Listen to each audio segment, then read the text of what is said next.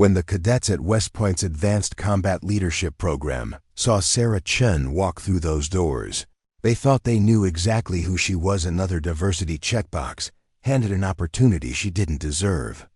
What they didn't know was that this quiet 28-year-old had spent the last 6 years in places so classified that her own family believed she worked in military logistics. By the time they discovered the truth about who was really standing in that room, everything they thought they understood about leadership, respect, and combat experience would be shattered forever. Before we jump back in, tell us where you're tuning in from, and if this story touches you, make sure you're subscribed, because tomorrow I've saved something extra special for you. Sarah Chen adjusted the straps of her tactical backpack one final time before stepping through the imposing stone archway of West Point Military Academy's Eisenhower Hall. The November morning air carried the sharp bite of approaching winter, mixed with the familiar sense of polished leather and military-grade coffee that seemed to permeate every corner of the prestigious institution. At 28, she moved with an economy of motion that spoke to years of disciplined training. Though to casual observers, her slight frame and unassuming demeanor might suggest someone more suited to academic pursuits than military leadership. The Advanced Combat Leadership Program was designed as an elite training initiative, bringing together the top 5% of graduating cadets for intensive instruction in modern warfare tactics and joint operations command. Sarah's acceptance into the program had come through official channels, her application processed through the same rigorous evaluation system that had selected the other 15 participants. What made her inclusion noteworthy, according to the administrative correspondence she'd received, was that she represented the first female participant in the program's 12-year history. The selection process had been exhaustive. Psychological evaluations, physical fitness assessments, academic performance reviews, and leadership potential analyses had all been conducted according to strict military protocols. Sarah had excelled in every category, though her personnel file contained several sections marked with security classifications that prevented most reviewing officers from accessing complete information about her background and qualifications. To the program administrators, she appeared to be an exceptionally qualified cadet with strong academic performance and solid physical capabilities. The gaps in her documented experience were attributed to routine military security procedures rather than anything requiring special attention. Sarah approached the main briefing hall where the program participants would conduct their initial orientation session. The building's interior reflected the Academy's long tradition of military excellence, with portraits of distinguished graduates lining the corridors and display cases containing artifacts from historic military campaigns. The atmosphere conveyed both the weight of institutional history and the expectation that everyone present had earned their place through demonstrated merit and exceptional capability. She arrived at the designated meeting room precisely 10 minutes early, a habit developed through years of military training where punctuality was considered a fundamental indicator of professional competence and respect for institutional procedures. The room was arranged in a semicircle formation with 15 chairs, positioned to facilitate both formal presentations and group discussions. Large windows provided natural lighting that illuminated tactical maps and strategic planning materials, arranged on presentation easels around the perimeter. As Sarah entered the briefing room, she observed that approximately half of the program participants had already assembled. The cadets were engaged in animated conversations that suggested familiarity with each other and comfort within the military academic environment. Most carried themselves with the confident bearing typical of high-achieving military personnel who had consistently excelled throughout their training and expected to continue that pattern of success in advanced programs. The demographic composition of the group was immediately apparent. 14 male cadets, most appearing to be in their early 20s, with the kind of athletic builds and confident postures that characterized individuals who had thrived in competitive military training environments. Their conversations revealed backgrounds that included family military traditions, participation in elite athletic programs, and academic achievements that had distinguished them throughout their cadet careers. When Sarah walked through the doorway, the ongoing conversations didn't stop abruptly, but they shifted in a way that made her presence unmistakably noted. Several cadets glanced in her direction with expressions that mixed curiosity with subtle assessment. The body language throughout the room adjusted slightly, shoulders angling in ways that created more defined conversation clusters rather than the open, inclusive atmosphere that had existed moments before. "Well, looks like the diversity initiative finally reached the advanced programs," murmured Cadet Jackson Reynolds, his voice pitched at a level designed to be overheard without appearing to be directly confrontational. His companion, Cadet Tyler Morrison, shook his head with theatrical disappointment. $20 says she's here to take notes and organize the social calendar for graduation events." The comments hung in the air with the kind of casual cruelty that characterized institutional environments where certain assumptions were considered acceptable as long as they were expressed with sufficient subtlety to avoid formal disciplinary action. Sarah maintained her professional composure, showing no visible reaction to commentary that was clearly designed to establish social hierarchy and test her response to verbal provocation. She walked purposefully toward an available chair in the middle section of the room. But as she approached, no one shifted positions to create a welcoming space or acknowledge her presence with the basic military courtesy typically extended to fellow program participants. The chairs remained occupied in configurations that required her to either interrupt existing conversation groups or select seating that placed her at the periphery of the assembled cadets. If the Academy actually wanted operational effectiveness for this program, continued another voice from across the room, they would have filled that spot with someone who earned it through merit rather than demographic representation. The speaker, Cadet Brandon Cole, made no effort to lower his voice or direct his comments away from Sarah's hearing range. Sarah chose a chair that provided a clear view of the presentation area while maintaining appropriate distance from the conversation clusters that had deliberately excluded her presence. She positioned her materials with the kind of precise organization that reflected years of military training, though her isolation in the room was becoming increasingly apparent as other cadets continued their discussions without acknowledging her proximity or including her in the informal orientation conversations. The systematic nature of the exclusion was professionally executed. No direct confrontation, no obvious violations of military protocol, nothing that could be formally reported as misconduct or discriminatory behavior. Just a carefully orchestrated demonstration that her presence was tolerated rather than welcomed, and that the established social dynamics of the group would not be modified to accommodate someone they had already decided didn't belong among the Academy's most elite training participants. As Sarah waited for the formal program to begin, she reflected on a conversation she'd had with her former unit commander just 2 weeks earlier. Lieutenant Colonel Amanda Foster had warned her that this assignment might present challenges that had nothing to do with her actual capabilities or qualifications.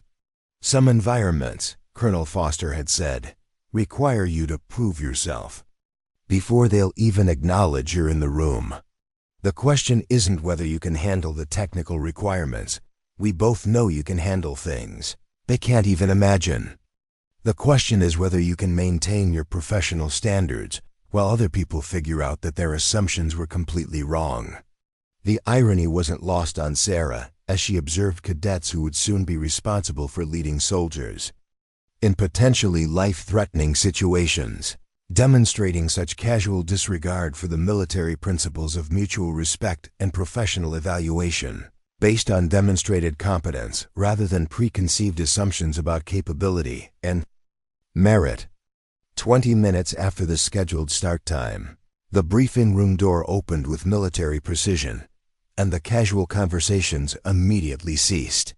Every cadet in the room recognized the commanding presence that had just entered their space, though none of them had any idea how dramatically this moment would reshape their understanding of leadership, combat experience, and the true nature of military competence.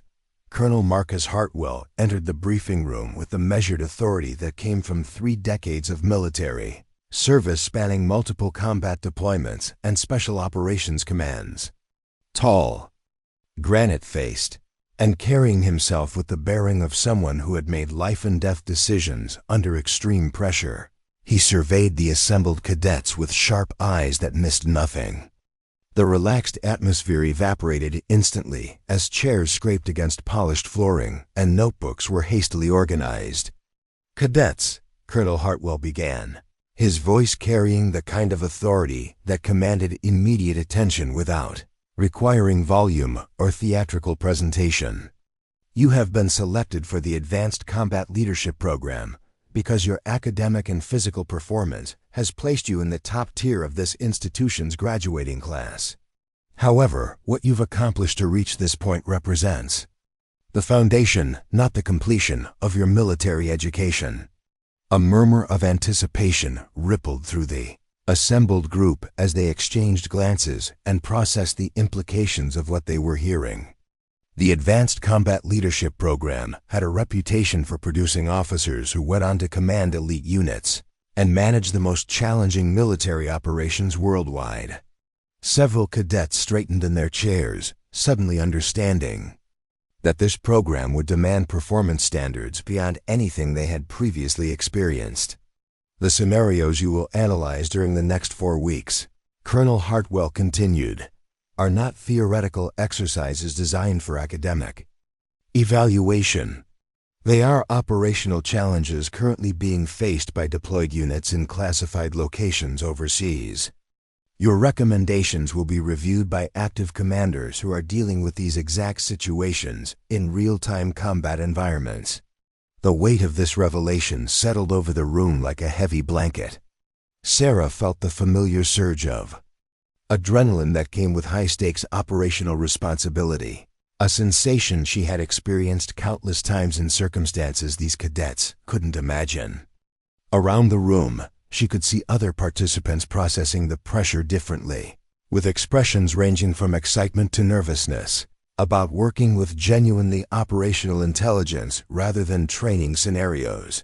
"Final performance evaluations," Colonel Hartwell announced, "will be conducted by senior command personnel whose assessments will directly influence your post-graduation assignments and eligibility for specialized operations positions. This is not routine coursework. This is career-defining evaluation under conditions that will test your ability to perform when the stakes are real and the consequences matter." Cadet Jackson Reynolds leaned toward his neighbor, whispering urgently, "Which specialized operations units is he talking about? Rangers? Special Forces? This could be our ticket to exactly the kind of assignments we've been working toward."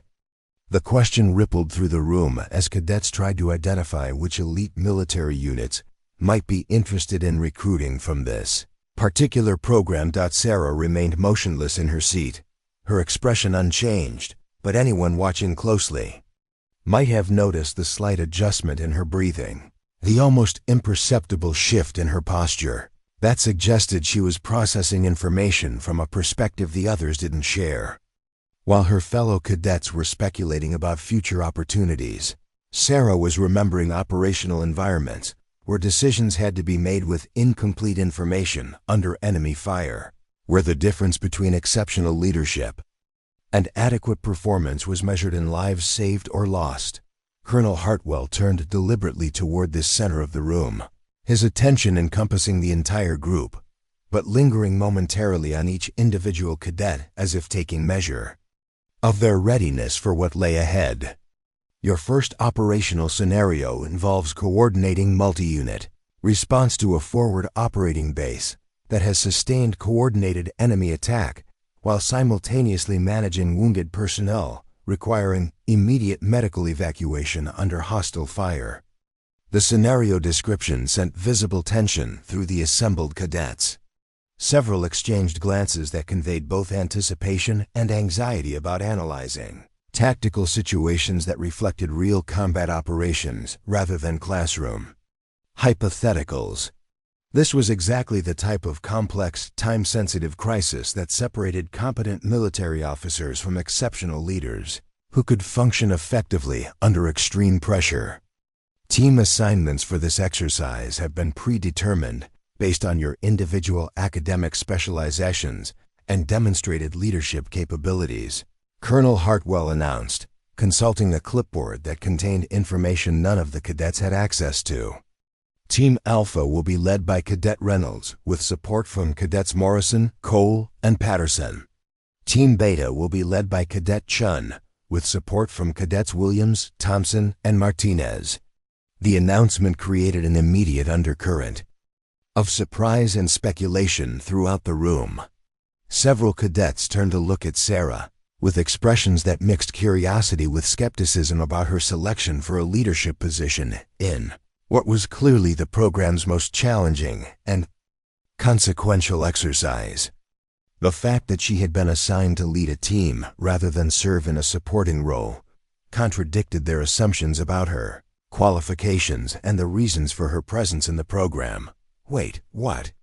Cadet Tyler Morrison whispered to his teammate, his voice carrying just loud enough to be overheard by nearby participants. They're putting the diversity hire in charge of tactical planning for live operational scenarios?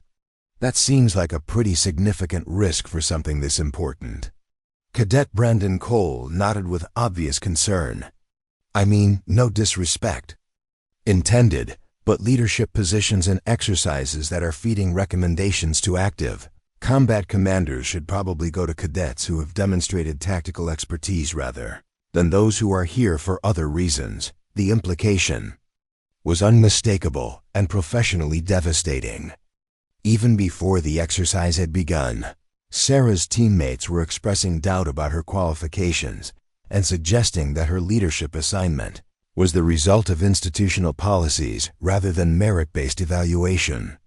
The comments established a dynamic where any success she achieved would be attributed to lowered standards rather than individual competence, while any mistakes would confirm their preconceived assumptions about her capabilities. Sarah understood that she was being placed in an impossible position before the exercise had even commenced. Her team members had already decided that her leadership was questionable, and her decision-making process was likely to be compromised by inadequate preparation or understanding. This meant that any directive she provided would be subjected to scrutiny and resistance that had nothing to do with tactical effectiveness and everything to do with personal assumptions about who deserved to be in positions of authority. Colonel Hartwell observed the room dynamics with the kind of analytical attention that suggested he was evaluating more than just the cadets' reactions to their team assignments.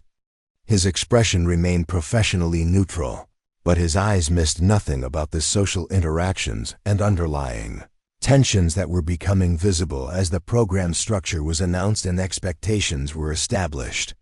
Exercise materials and intelligence briefings will be distributed at 0800 hours tomorrow, he concluded. You will have 72 hours to develop comprehensive tactical recommendations that address all operational variables and contingencies. Your presentations will be delivered to senior command personnel who are currently managing similar situations in active deployment zones. As the briefing concluded and cadets began gathering their materials, Sarah noticed that her assigned teammates made no effort to coordinate with her or discuss preliminary planning approaches. Instead, they clustered together in conversations that deliberately excluded her participation, despite the fact that successful completion of the exercise would require collaborative effort and unified tactical approach. The message was clear. They would participate in the exercise because military protocol demanded compliance with official assignments, but they had no intention of treating her leadership as legitimate or contributing to her success in ways that might validate what they considered to be an inappropriate selection for a position of authority in such a critical training environment. The next morning arrived with the kind of crisp precision that characterized every aspect of life at West Point. Sarah entered the Tactical Planning Center at 0745 hours, 15 minutes before the scheduled briefing distribution, carrying a thermos of black coffee and a notebook already organized with preliminary framework for analyzing complex operational scenarios. The planning center was a state-of-the-art facility equipped with digital mapping systems, real-time intelligence feeds, and communication equipment that allowed direct coordination with active military operations worldwide. She had spent the previous evening reviewing available literature on multi-unit coordination and medical evacuation protocols, drawing upon both her academic training and operational experience that her fellow cadets knew nothing about. The tactical challenges described by Colonel Hartwell were familiar territory for Sarah, though she understood that her teammates would expect her to approach the exercise with the same theoretical knowledge base that characterized their own preparation. As other Team Beta members began arriving, Sarah attempted to initiate the collaborative planning process that would be essential for developing effective tactical recommendations within the 72-hour deadline.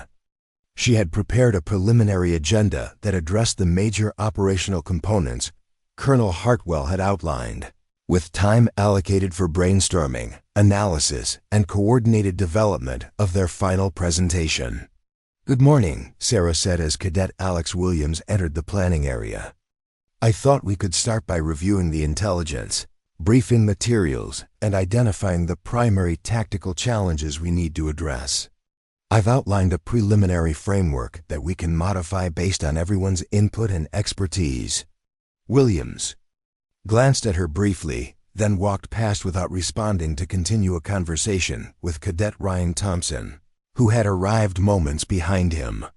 Their discussion focused on weekend social plans and speculation about post-graduation assignments, deliberately excluding Sarah from participation despite her obvious attempt to begin collaborative work on their shared exercise. Cadet Elena Martinez arrived shortly afterward, carrying coffee and tactical manuals that suggested she had also prepared for serious analytical work. However, when Sarah attempted to include her in planning discussions, Martinez responded with polite but distant acknowledgement that avoided any substantive engagement with the tactical questions Sarah was raising. "Elena, what's your assessment of the medical evacuation timeline requirements?" Sarah asked, hoping to leverage Martinez's academic focus on emergency medical procedures. "Based on the scenario parameters, it seems like we'll need to balance injury severity against extraction feasibility under hostile fire conditions." Martinez looked up from her materials with an expression that suggested Sarah's question was presumptuous rather than collaborative.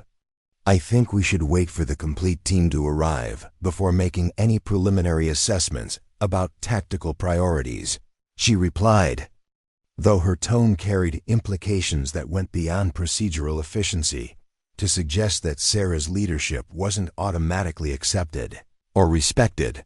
The systematic nature of the exclusion became more apparent as the morning progressed.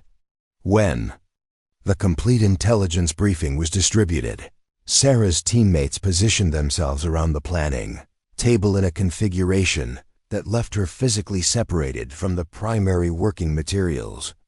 Maps, tactical specifications, and operational timelines were shared among Williams, Thompson, and Martinez in ways that required Sarah to request access rather than participating as an equal member of the planning team.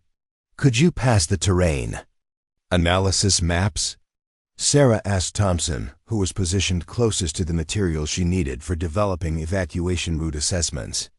Thompson complied with her request, but his body language and facial expression conveyed reluctant compliance with official protocol rather than collaborative teamwork. More concerning was the pattern of information sharing that developed as the team began analyzing the tactical scenario. When Williams identified potential helicopter landing zones, he shared his findings with Thompson and Martinez through quiet discussion that excluded Sarah's participation.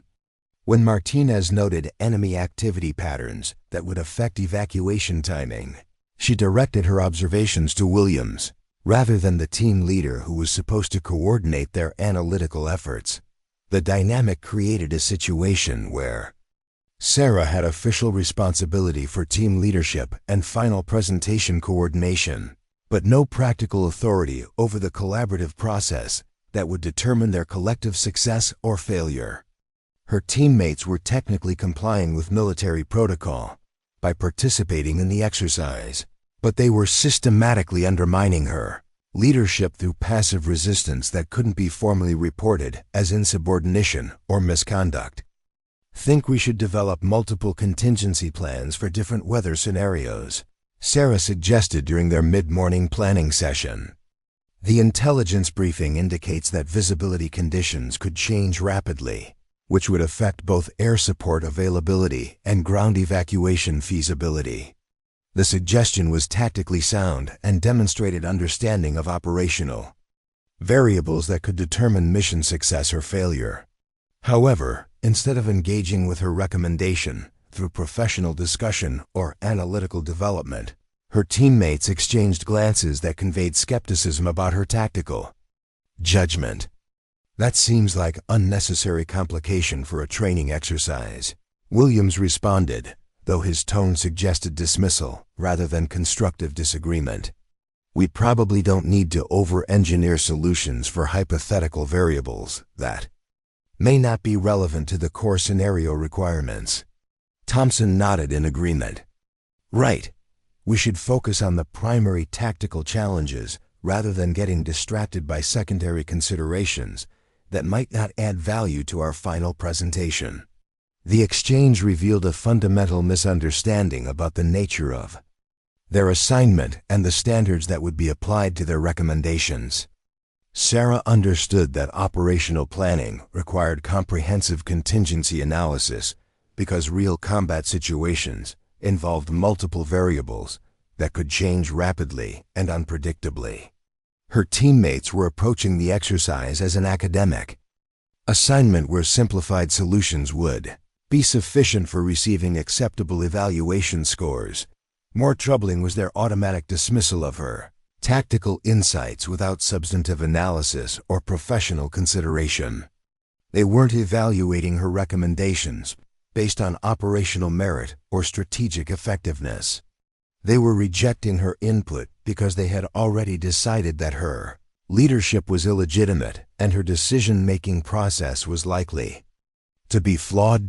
During the lunch break, Sarah observed her teammates continuing their collaboration in the cadet mess hall, seated at a table that excluded her participation, despite the fact that their exercise deadline was rapidly approaching and successful completion required coordinated effort from all team members. Their conversation appeared to focus on tactical planning, but they were developing approaches without her input or oversight. The isolation was both personal and professional.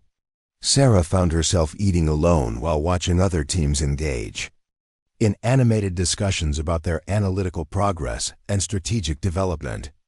Team Alpha, led by Cadet Reynolds, demonstrated the kind of collaborative energy and mutual respect that should have characterized all team dynamics in such a high-stakes training environment.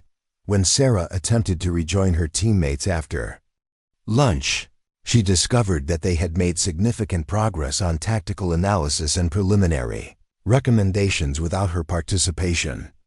Maps had been marked, timelines had been developed, and strategic priorities had been established through a collaborative process that had systematically excluded the person who was officially responsible for team leadership and final presentation coordination. We made some good progress while you were finishing lunch, Martinez announced, though her tone suggested that Sarah's absence had been beneficial rather than problematic for their analytical work. We've identified what we think are the primary tactical priorities and developed a preliminary timeline for coordinated response. The implication was devastating. Her own team had conducted the majority of their planning work without her participation, then presented their conclusions as if her leadership had been unnecessary for achieving effective tactical analysis. They were simultaneously undermining her authority and positioning themselves to take credit for any successful outcomes, while ensuring that responsibility for any failures would rest with the team leader, who had been excluded from the decision-making process. Sarah realized that she faced a choice between accepting their systematic exclusion and maintaining collaborative harmony, or asserting her leadership authority and risking open confrontation that could be characterized as interpersonal conflict rather than professional problem-solving. Either option carried significant risks for her evaluation and future military career, while her teammates faced no consequences for behavior that violated fundamental military principles of teamwork and respect for chain of command. The afternoon session brought an unexpected development that would provide Sarah with her first opportunity to demonstrate capabilities that extended far beyond her teammates' assumptions about her qualifications. Colonel Hartwell entered the Tactical Planning Center carrying classified intelligence updates and wearing an expression that suggested the exercise parameters were about to become significantly more challenging and realistic. "Cadets," he announced to the assembled teams, "we've received updated intelligence regarding the operational scenario analyzing. The situation has evolved in ways that mirror actual developments currently occurring in the field. Your tactical recommendations are no longer theoretical exercises. They will be forwarded to operational commanders within 48 hours for potential implementation." The announcement sent visible tension through both teams as they processed the implications of what they had just heard. This wasn't academic coursework anymore. Their analysis would contribute to real mission planning that could affect actual soldiers in active combat situations. Sarah felt the familiar surge of responsibility that came with operational pressure. While around the room she could see other cadets processing the stakes differently, with expressions ranging from excitement to anxiety. "Additionally, Colonel," Hartwell continued, "this afternoon's session will include tactical problem-solving under simulated stress conditions. Each team leader will be required to demonstrate real-time decision-making capabilities, using incomplete intelligence and time-pressured scenarios that reflect actual combat leadership challenges." The simulation exercise was conducted using advanced computer modeling systems that presented rapidly evolving tactical situations, requiring immediate analytical response and strategic adaptation. Team leaders were positioned at command stations equipped with multiple communication feeds, real-time intelligence updates, and decision-making protocols that mirrored actual combat command environments. Sarah approached her command station with calm confidence that contrasted sharply with the visible nervousness displayed by Cadet Reynolds and the other team leaders. While they were reviewing instruction manuals and familiarizing themselves with the equipment interfaces, Sarah began configuring her communication systems with the kind of automatic efficiency that suggested extensive prior experience with similar technology. The simulation scenario involved coordinating emergency medical evacuation for wounded personnel, while simultaneously managing defensive perimeters under sustained enemy contact. Intelligence feeds provided conflicting information about enemy positions, weather conditions threatened air support availability, and communication systems experienced intermittent failures that required backup coordination protocols. Within minutes of the simulation beginning, Sarah was demonstrating decision-making capabilities that exceeded anything her fellow cadets had anticipated. Her responses to evolving tactical challenges were immediate, precise, and reflected intimate familiarity with operational realities that couldn't be learned through classroom instruction or theoretical training. Medical evacuation priority Alpha to landing zone Bravo, Sarah announced into her communication headset, her voice maintaining calm authority despite the simulated chaos surrounding her tactical position. Weather conditions require alternate extraction protocols. Ground convoy evacuation through Route Delta with infantry escort elements providing overwatch at predetermined checkpoints. Her teammates, who had spent the morning dismissing her tactical insights and excluding her from collaborative planning, found themselves watching in growing amazement as Sarah managed multiple coordination challenges simultaneously. She was tracking wounded personnel status, directing defensive fire positioning, coordinating air support requests, and managing supply logistics with the kind of seamless competence that suggested operational experience rather than academic preparation. Secondary extraction team to position Echo, she continued, consulting digital maps while maintaining constant communication with multiple units. Enemy activity indicates probable ambush positioning along primary evacuation route.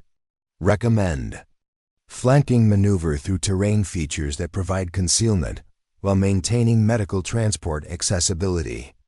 Colonel Hartwell observed the simulation exercises with analytical attention that missed nothing about the different leadership approaches being demonstrated by each team leader, while other cadets were struggling to manage single aspects of the complex tactical scenario. Sarah was coordinating comprehensive solutions that addressed multiple operational variables simultaneously.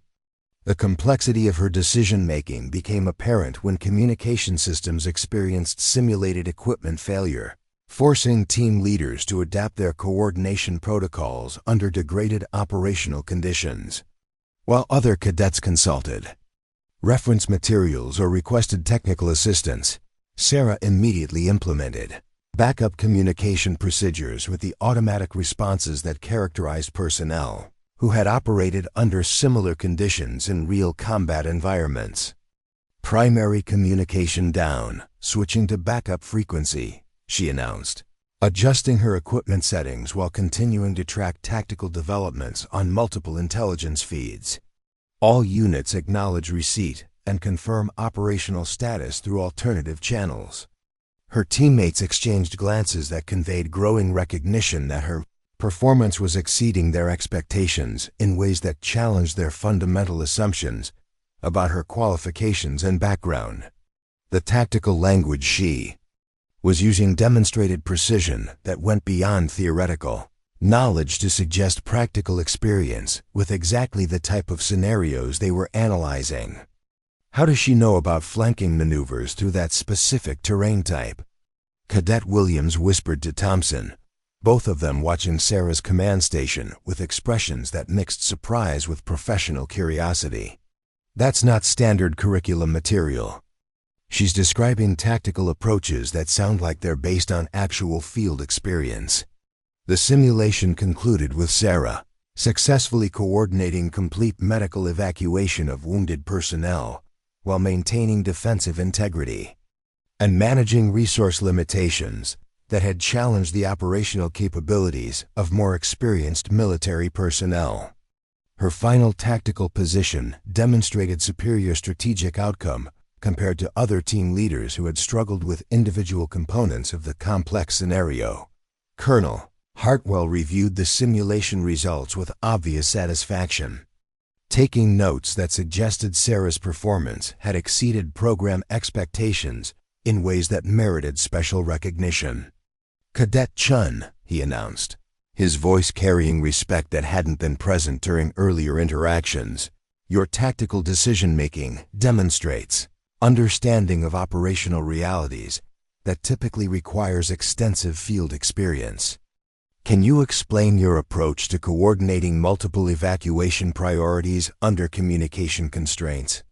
The question provided Sarah with an opportunity to articulate tactical reasoning that revealed depth of understanding extending far beyond standard military academy training. Sir, successful medical evacuation under hostile conditions requires balancing injury severity against extraction feasibility while maintaining defensive capabilities that protect both wounded personnel and evacuation teams. She responded with professional confidence. Emergency medical protocols prioritize critical but stabilizable injuries over casualties, requiring immediate surgical intervention that isn't available in forward deployment situations. Ground convoy evacuation becomes necessary when air support isn't feasible due to weather or enemy activity, but requires predetermined defensive positions and backup. communication systems to maintain coordination if primary equipment fails. Her explanation demonstrated intimate familiarity with operational challenges that couldn't be learned through classroom instruction, textbook study, or simulation exercises.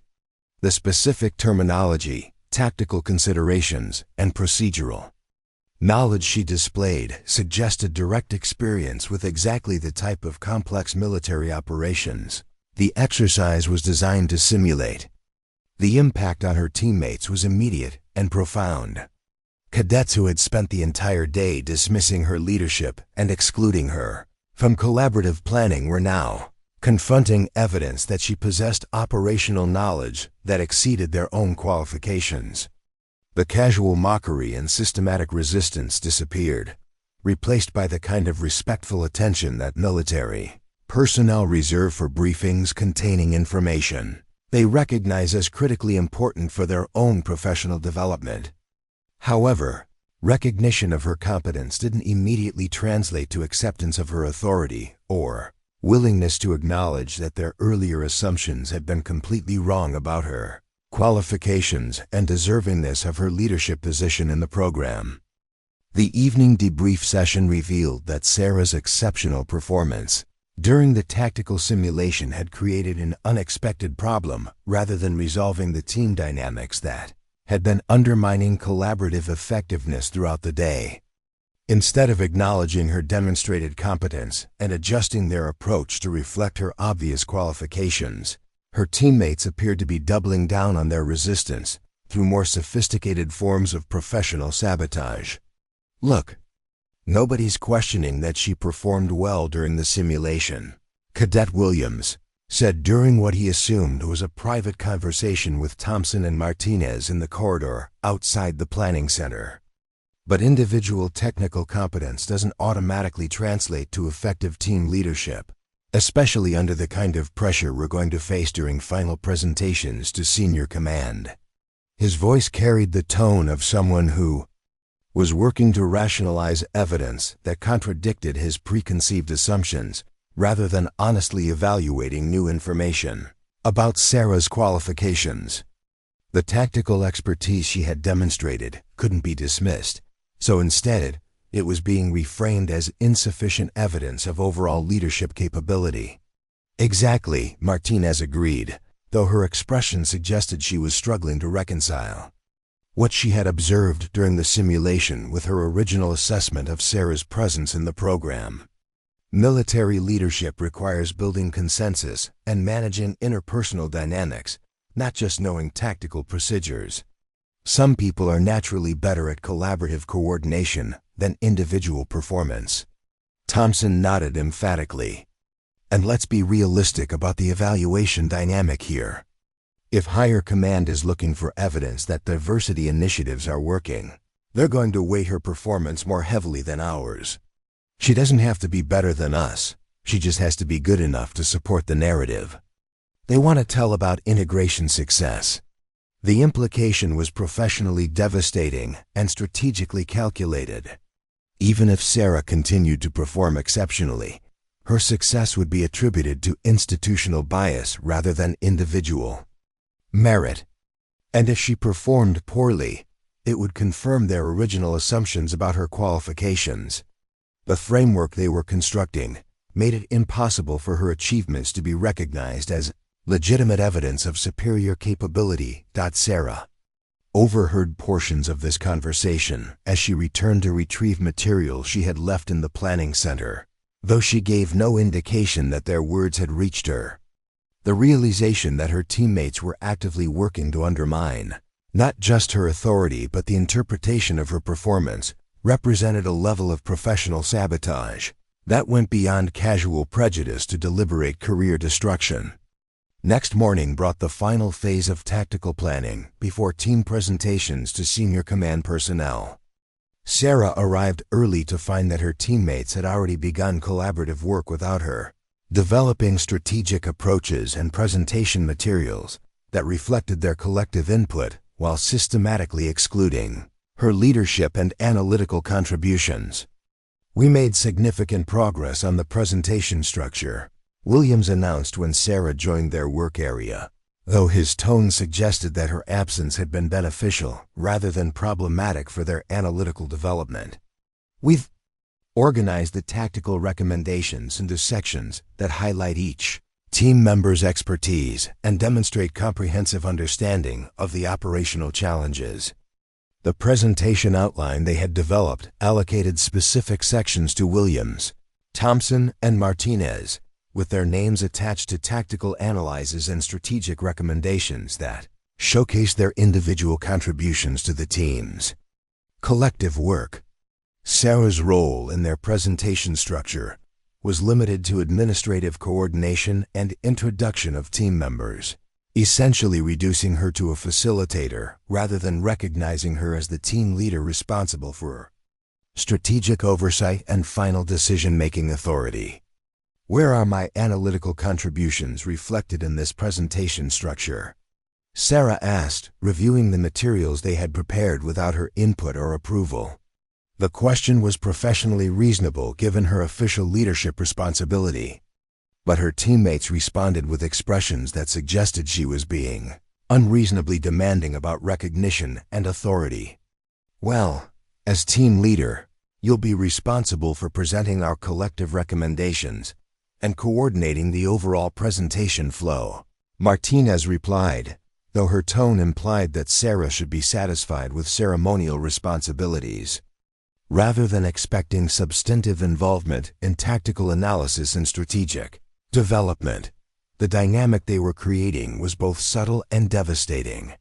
Sarah would be held accountable for the team's performance during senior command evaluation, but she was being excluded from the analytical work that would determine their success or failure. If their presentation was well received, her teammates would receive credit for the tactical insights and strategic development. If their presentation was criticized, responsibility would fall on the team leader who had failed to provide adequate coordination and oversight. More concerning was the systematic way they were documenting their work to minimize evidence of Sarah's contributions while maximizing visibility of their own analytical efforts. Meeting notes, tactical analyses, and strategic recommendations were being recorded in ways that would support their narrative about individual contributions and team dynamics if questioned by senior command personnel during evaluation sessions. During the afternoon planning session, Sarah attempted to assert her leadership authority by redirecting their tactical approach towards strategies that better address the operational complexities she understood from her background experience. However, her recommendations were met with increasingly sophisticated resistance that couldn't be characterized as simple disagreement or alternative analysis. I think we need to reconsider our evacuation timeline assumptions, Sarah suggested, pointing to intelligence indicators that suggested enemy activity patterns would affect their proposed extraction procedures. The threat assessment data indicates that our primary evacuation route will be compromised during the timeframes we've allocated for medical transport operations. Instead of engaging with her tactical analysis through professional discussion or collaborative evaluation, her teammates immediately began questioning the foundation of her reasoning in ways that were designed to undermine her credibility rather than improve their collective understanding of the operational challenges. What specific intelligence indicators are you referring to? Williams asked, though his tone suggested skepticism about her analytical capabilities rather than genuine interest in understanding her tactical assessment. Because the threat data we've reviewed doesn't seem to support that level of concern about route security during our proposed operational window. Thompson joined the questioning immediately. Right, and even if there are some security considerations, our backup evacuation procedures should be sufficient to address contingency scenarios without requiring complete restructuring of our primary tactical approach. The pattern that emerged was professionally sophisticated and personally demoralizing. Every strategic recommendation Sarah provided was subjected to detailed questioning that seemed designed more to demonstrate her limitations than to improve their collective tactical analysis. Meanwhile, similar recommendations from her teammates were accepted without comparable scrutiny or detailed examination of their underlying assumptions and analytical foundations. Sarah found herself in the impossible position of defending tactical insights that were based on operational experience she couldn't reveal, while her teammates used her inability to provide complete justification as evidence that her leadership was questionable and her decision-making process was compromised by inadequate preparation or understanding. The afternoon session concluded with Sarah's teammates having successfully established themselves as the primary contributors to tactical analysis and strategic development, while positioning her as a team leader whose role was increasingly ceremonial rather than substantive. Their coordination was becoming more seamless and their resistance more sophisticated, suggesting that they were developing tactical approaches to undermining her authority that were as carefully planned as their responses to the military exercise. They were supposedly collaborating to complete. As Sarah prepared for what would likely be the most challenging presentation of her military career, she realized that she was facing opponents who had weaponized the collaborative process itself, turning teamwork requirements into opportunities for professional sabotage that would be nearly impossible to identify or formally address through military protocols designed to address direct insubordination rather than subtle professional undermining. Preparing and narrating this story took us a lot of time, so if you are enjoying it, subscribe to our channel. It means a lot to us. Now, back to the story. The third morning of the Advanced Combat Leadership Program brought an announcement that would fundamentally alter the stakes and pressure surrounding the final presentations. Sarah arrived at the briefing center to find Colonel Hartwell reviewing classified documents alongside two additional senior officers, whose presence suggested that the evaluation process had expanded beyond routine program assessment to something with far broader institutional implications. "Cadets," Colonel Hartwell began, his expression more serious than it had been during previous sessions. "I need to inform you of significant developments regarding your tactical recommendations and the evaluation process for this program. What began as an advanced training exercise has evolved into something considerably more consequential for both your individual careers and military policy development."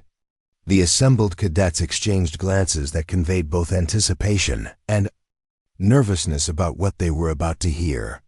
Sarah felt the familiar tightening in her chest that came with high-stakes operational situations, while around the room she could see other participants processing the implications of expanded senior command attention and involvement. "First," Colonel Hartwell continued, "your tactical analyses are being reviewed not just by active commanders in the field, but by the Joint Chiefs of Staff as potential models for new military doctrine regarding special operations coordination and medical evacuation protocols under hostile conditions. Your recommendations may influence training procedures and operational guidelines across multiple military branches." The weight of this revelation settled over the room like a heavy blanket. Several cadets shifted uncomfortably in their chairs as they realized that their academic exercise had become a proving ground for military policy decisions that would affect thousands of personnel and countless future operations. Sarah understood that this level of scrutiny meant that every aspect of their performance would be analyzed for evidence about training effectiveness and leadership development. "Second," Colonel Hartwell announced, consulting his classified documents before continuing, "your final presentations will be conducted before a panel that includes General Patricia Blackwood, the Army's Deputy Chief of Staff for Operations, and Admiral Robert Manning, who oversees Joint Special Operations training across all military branches. These are not routine academic evaluations, they are career-defining assessments that will determine your eligibility for the most elite military assignments available to graduating cadets." The mention of such high-ranking military officials sent visible tension through both teams as they processed the reality that their performance would be evaluated at the highest levels of military command. Sarah recognized both names from operational briefings she couldn't discuss, understanding that these were leaders whose decisions influenced military effectiveness on a global scale. Additionally, Colonel Hartwell continued, this program is being evaluated as a potential model for implementation across all military academies. The collaborative dynamics, leadership effectiveness, and analytical capabilities demonstrated during this session will influence policy decisions about advanced training programs and selection criteria for future participants. Colonel Hartwell turned toward a third senior officer who had been observing silently from the back of the room. Major General Susan Crawford will be conducting individual interviews with each cadet to assess not only your tactical competence, but your leadership potential under pressure and your ability to function effectively in collaborative environments where personal assumptions may conflict with professional requirements. The announcement created an undercurrent of anxiety throughout the room as cadets realized that their behavior and interactions during the program had been under more scrutiny than they had understood. Sarah felt a mixture of apprehension and vindication, recognizing that the systematic resistance she had experienced would now be subject to formal evaluation by senior command personnel, who understood the difference between legitimate professional disagreement and coordinated undermining of military effectiveness. The stakes for tomorrow's presentations cannot be overstated, Colonel Hartwell emphasized. General Blackwood and Admiral Manning are specifically evaluating whether this program produces officers capable of leading the most challenging and classified military operations currently being conducted worldwide. Your performance will determine not just your own career trajectories, but the future of advanced military training and leadership development. During the morning break, Sarah noticed a significant change in the behavior of cadets from both teams.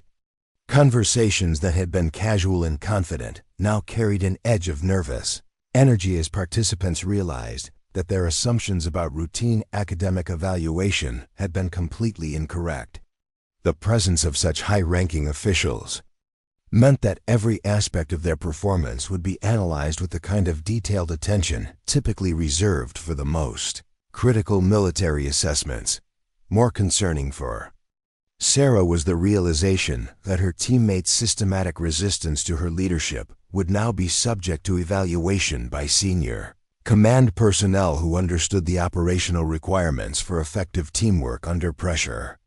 However, she also understood that their coordinated undermining had been sophisticated enough that it might be difficult for outside observers to identify without detailed knowledge of the specific dynamics that had developed. Cadet Jackson Reynolds approached Sarah during the break with an expression that mixed professional respect with obvious concern about the expanded evaluation criteria. Chun, I wanted to say that your performance during the tactical simulation was genuinely impressive. Whatever differences our teams might have about analytical approaches, I think we all recognize that you demonstrated capabilities that exceeded program expectations. The acknowledgement was professionally gracious and personally welcome, representing the first time any cadet had directly recognized her competence, without qualifying statements about diversity initiatives or institutional policies. Sarah appreciated Reynolds' gesture, understanding that it reflected both genuine respect for her demonstrated abilities and strategic awareness that their behavior was now subject to general-level scrutiny. Thank you, Reynolds, Sarah replied. I think all of us are feeling the pressure of knowing that our work will be evaluated at such high levels of command. Tomorrow's presentations are going to test everyone's capabilities under conditions none of us have experienced before. However, despite this public acknowledgement, Sarah noticed that her own teammates showed no similar adjustment in their approach to collaboration or recognition of her leadership authority. If anything, the increased stakes seemed to intensify. Their resistance as they appeared to calculate that undermining her performance might improve their relative standing during senior command evaluation. During the afternoon planning session, Williams, Thompson, and Martinez continued their pattern of excluding Sarah from substantive decision-making while holding her accountable for team coordination and final presentation delivery. Their tactical analyses were being developed through collaborative processes that deliberately excluded her input, while their presentation structure continued to minimize her visible contributions to their collective work. We need to make sure our presentation demonstrates individual expertise while showcasing effective teamwork, Martinez announced, though her organizational approach continued to allocate ceremonial responsibilities to Sarah while distributing substantive analytical sections among the three teammates who had systematically excluded her from the collaborative development process. The irony was professionally devastating. Tomorrow's evaluation would assess leadership effectiveness and collaborative capability, but Sarah's teammates were ensuring that she would be unable to demonstrate either quality because they had undermined her authority and excluded her from the teamwork that would be the foundation of their presentation to general-level command. That evening, Sarah sat in her quarters reviewing tactical analyses and presentation materials that reflected her teammates' work rather than her own analytical insights or strategic recommendations.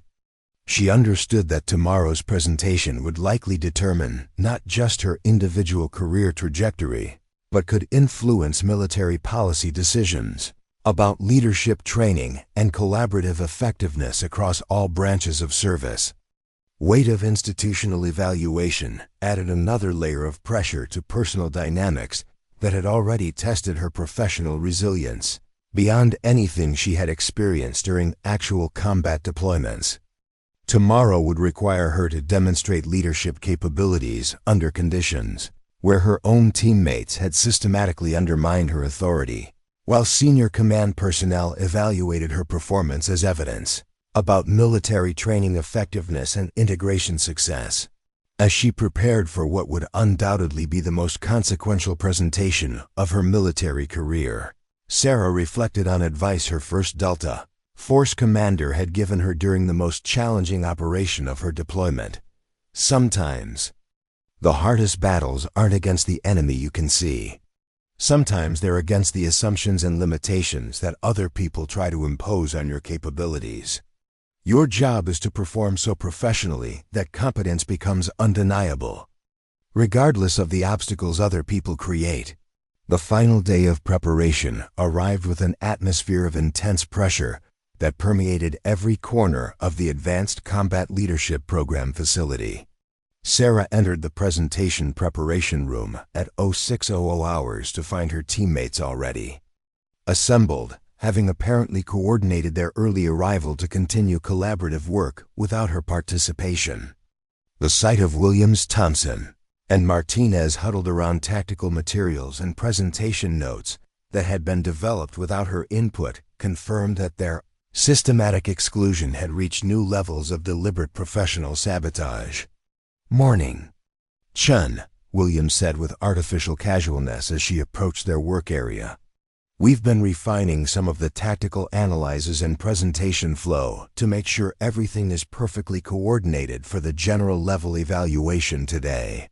His tone suggested routine team preparation, but the materials spread across their table told a different story. Hours of analytical work and strategic development that had been conducted without any involvement from the person officially responsible for team leadership. The presentation outline they had finalized allocated specific speaking sections to each team member, with detailed tactical analyses attributed to Williams, strategic recommendations credited to Thompson, and operational logistics assigned to Martinez. Sarah's role in their presentation structure had been reduced to a brief introduction and coordination of transitions between speakers, essentially transforming her from team leader into administrative facilitator for other people's work.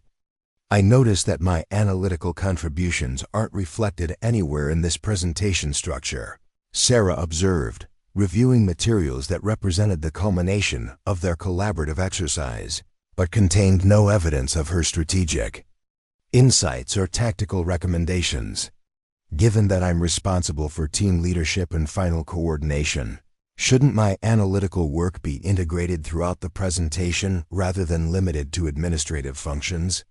Her teammates exchanged glances that conveyed both coordination and determination to maintain the exclusionary dynamic they had established throughout the program.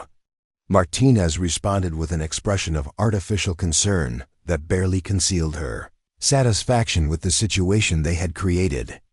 Well, as team leader, your primary responsibility is ensuring that our collective recommendations are presented effectively and that each team member's expertise is showcased appropriately, Martinez said, though her tone implied that Sarah should be grateful for ceremonial responsibilities rather than expecting substantive involvement in tactical analysis. We've structured the presentation to highlight everyone's individual contributions while demonstrating effective collaborative development. The framework they had constructed was professionally devastating and strategically brilliant. Sarah would be held accountable for the team's overall performance during general-level evaluation, but she had been systematically excluded from the analytical work that would determine their success or failure. If their presentation was well received, her teammates would receive credit for the tactical insights and strategic development. If their presentation was criticized, responsibility would fall on the team leader who had failed to provide adequate oversight and coordination. More concerning was the documentation they had created to support their narrative about individual contributions and collaborative dynamics.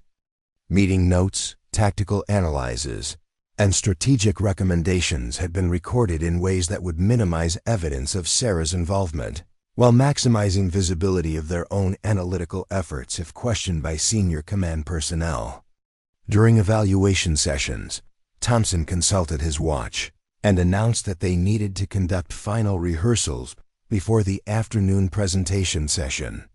We should run through the entire presentation at least twice to make sure our timing is perfect and our transitions are seamless, he said, organizing materials in ways that continued to exclude Sarah from substantive participation in their final preparation. The rehearsal process revealed the full extent of their coordinated undermining. Williams delivered tactical analyses with confidence and precision that demonstrated genuine understanding of operational challenges. Thompson presented strategic recommendations that reflected sophisticated thinking about resource allocation and risk management. Martinez coordinated operational logistics with attention to detail that showcased her analytical capabilities and professional competence.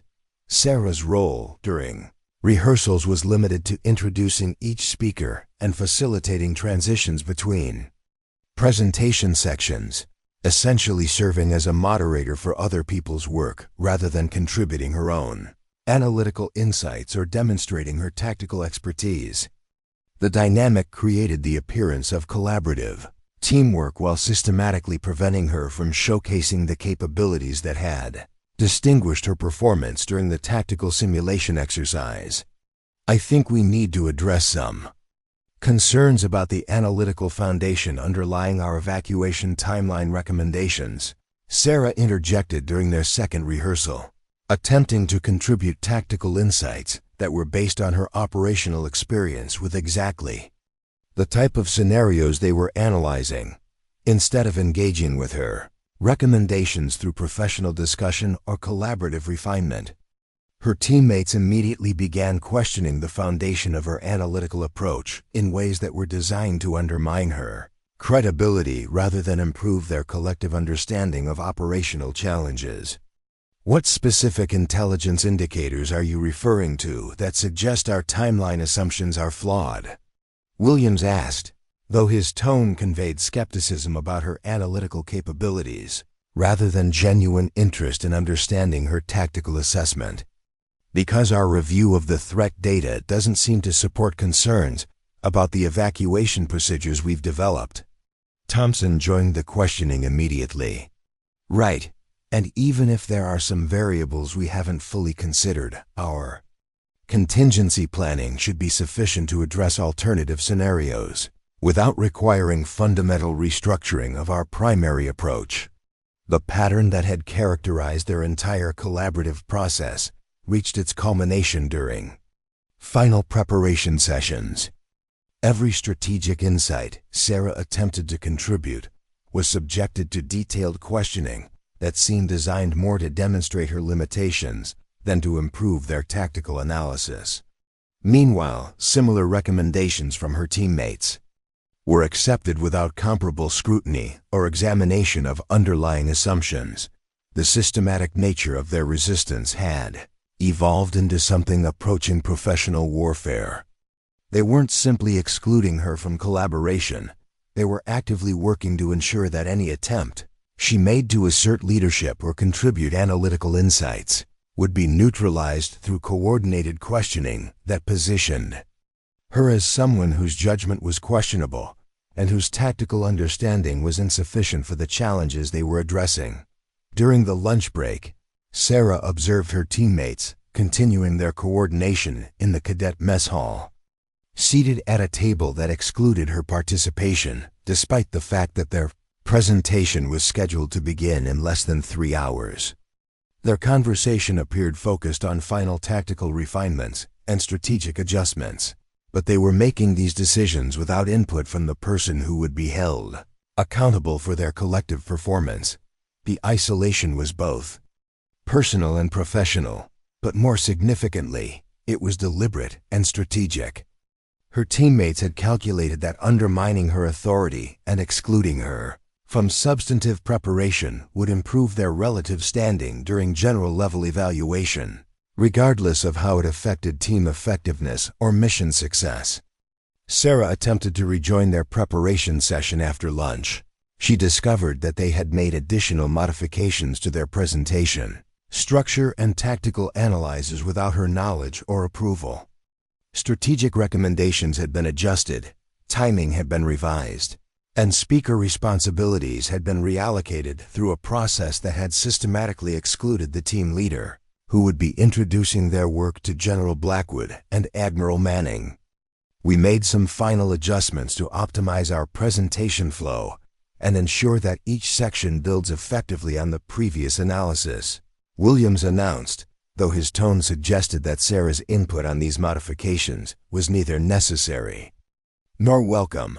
The adjustments they had made were tactically sound and professionally developed, demonstrating that her teammates possessed genuine analytical capabilities and strategic understanding.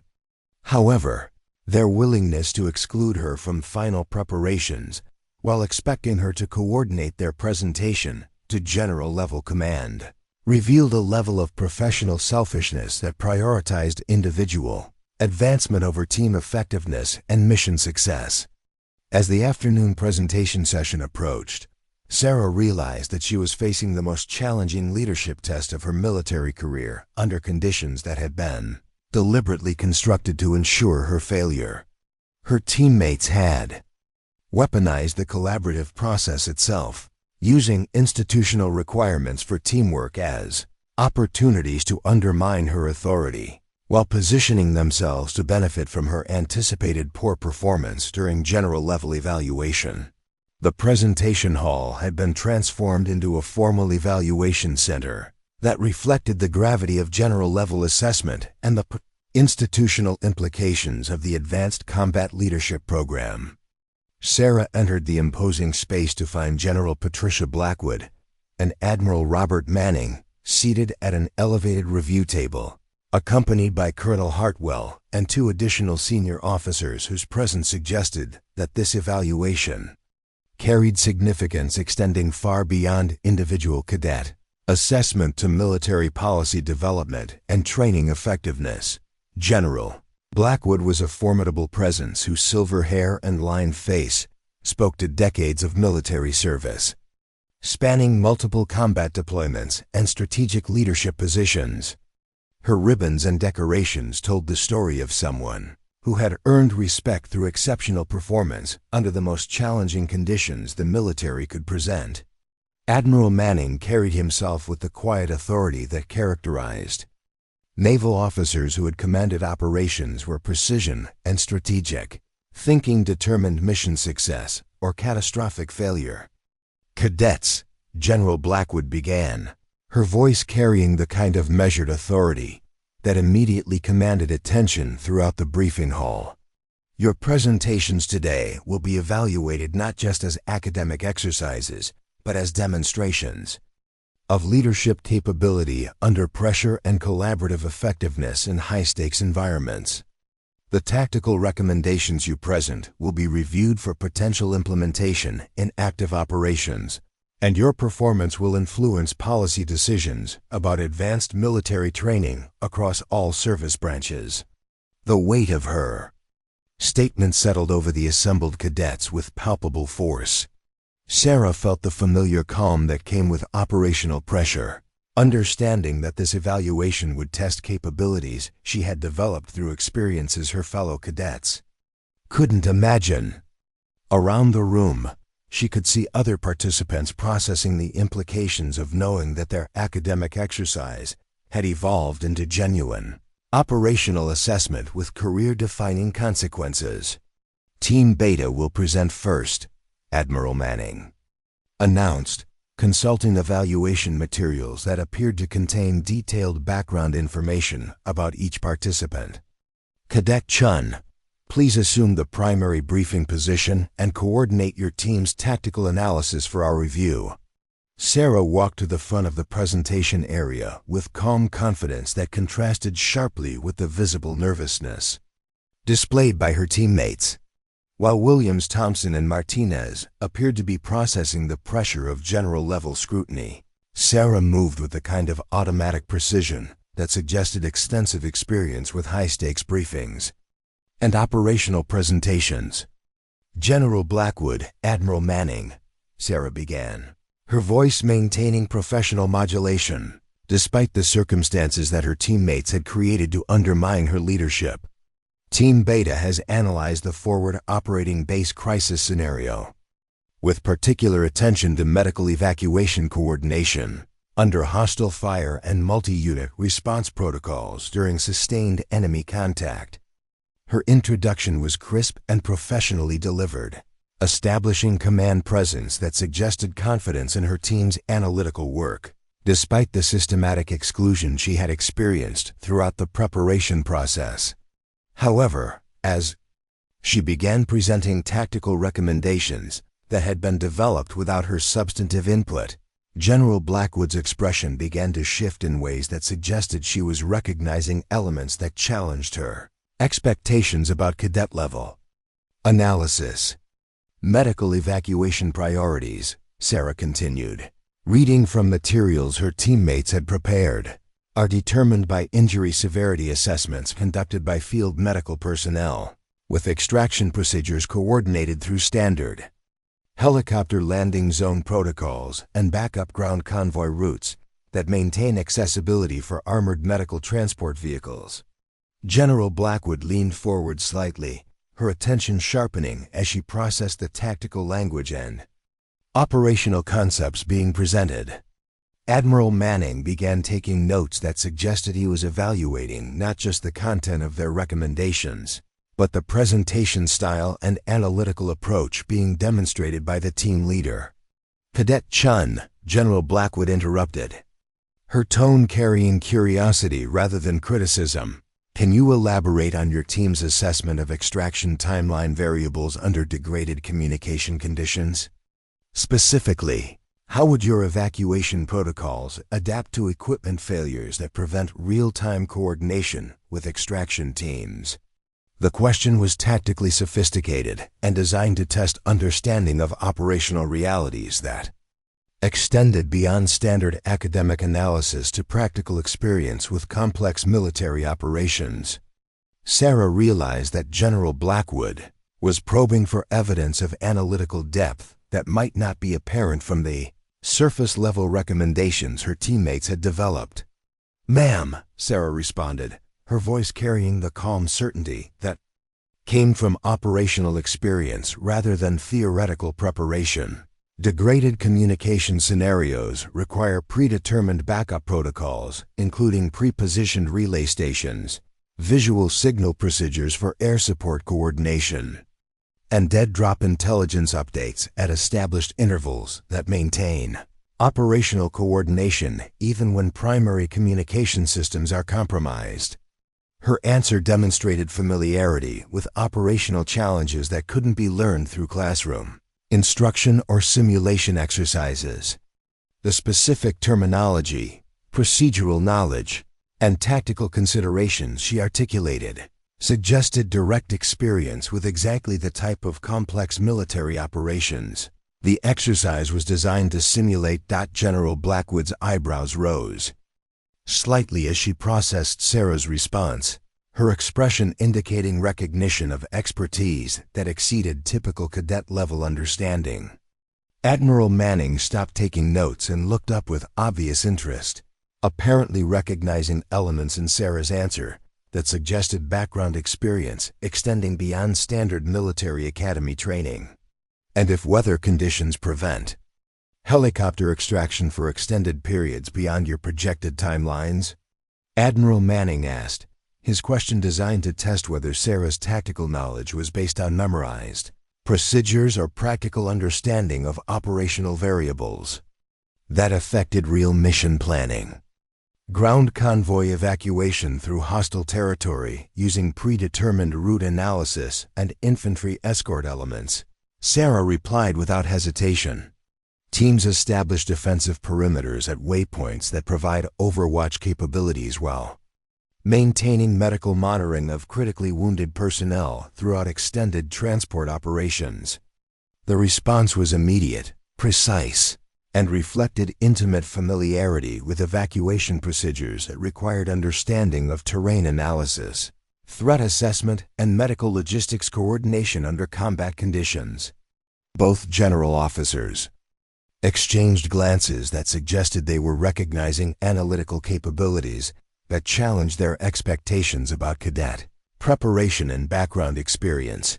Colonel Hartwell observed the exchange with growing interest, apparently noting the contrast between Sarah's confident responses to complex tactical questions and the nervous energy displayed by her teammates, who were watching their team leader demonstrate expertise they hadn't anticipated during their collaborative planning sessions.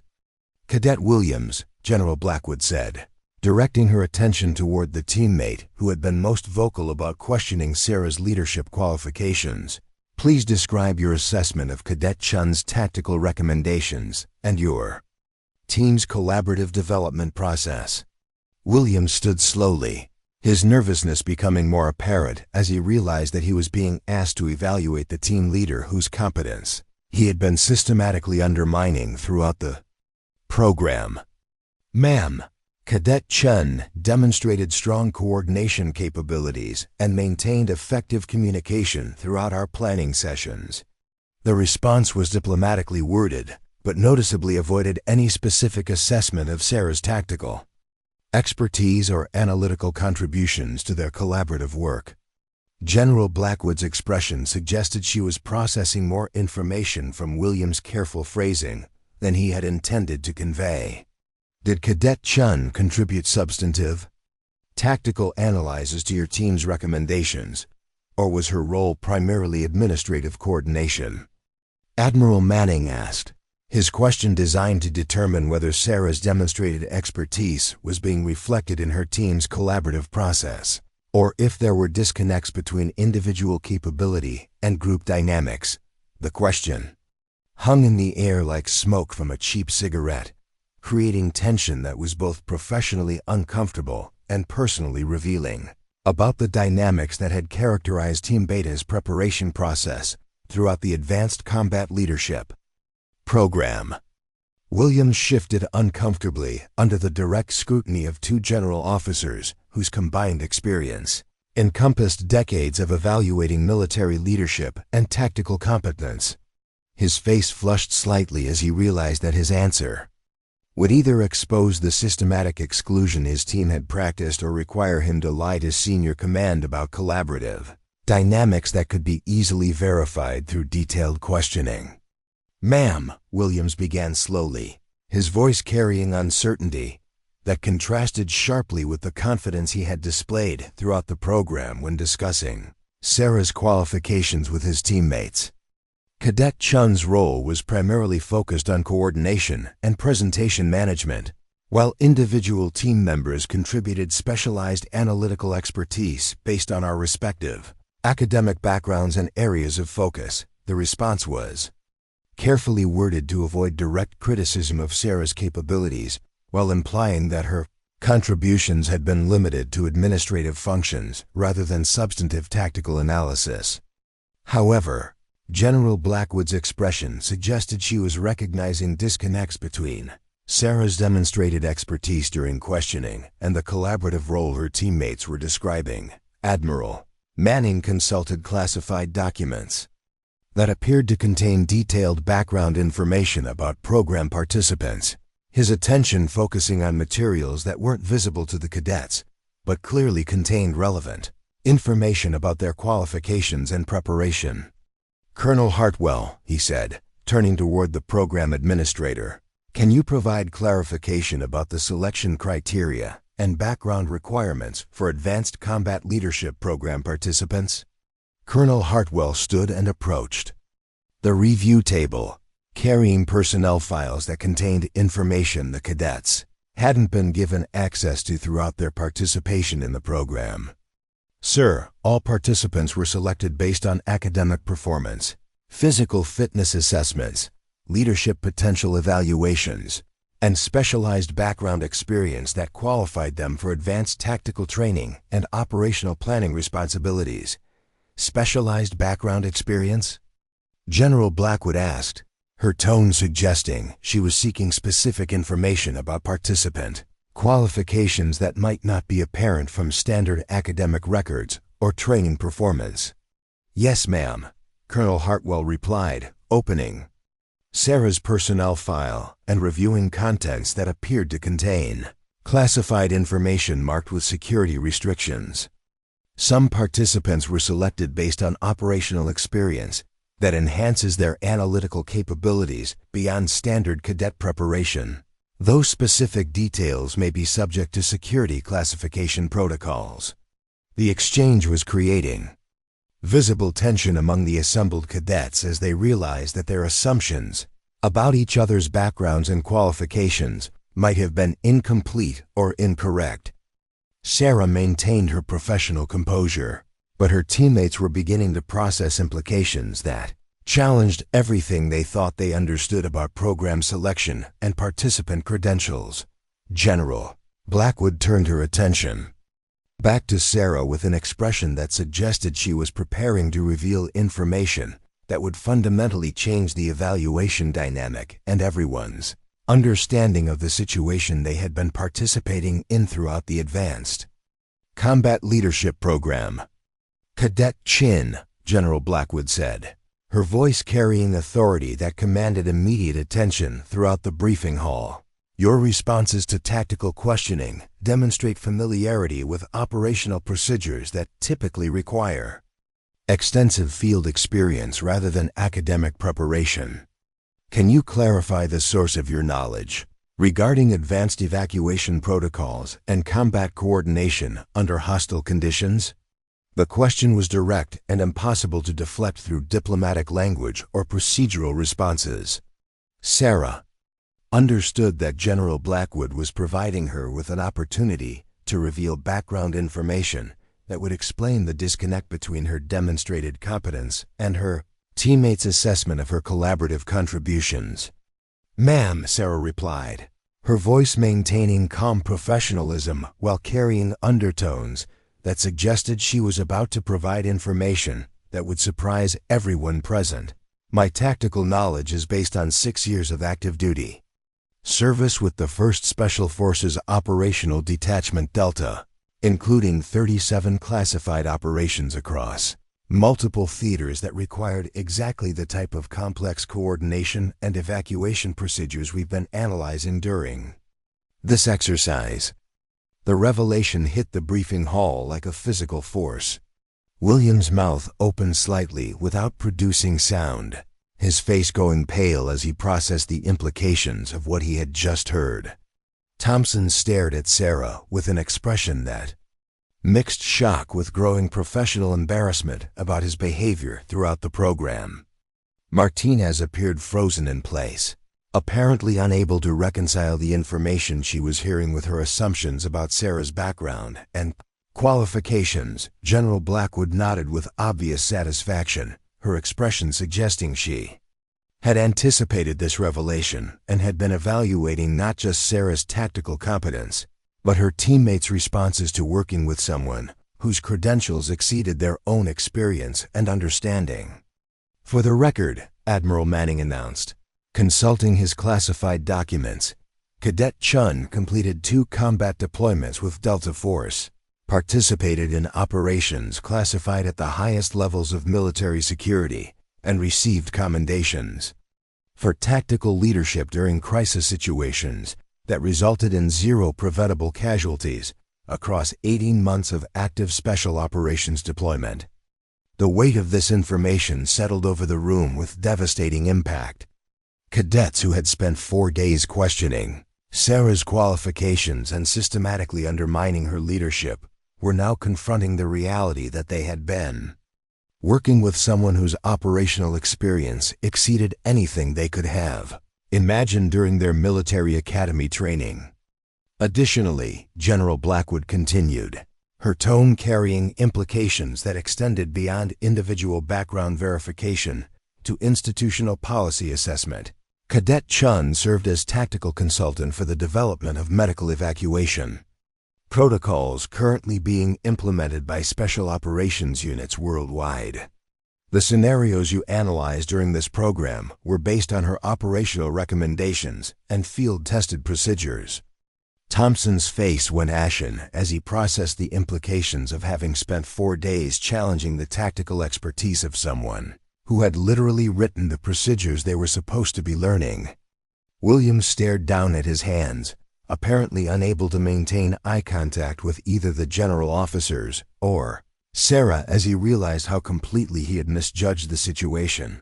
Around the briefing hall, other cadets were experiencing various degrees of professional shock and personal embarrassment as they understood how badly they had evaluated Sarah's credentials and dismissed her competence based on assumptions rather than factual assessment of her qualifications and experience.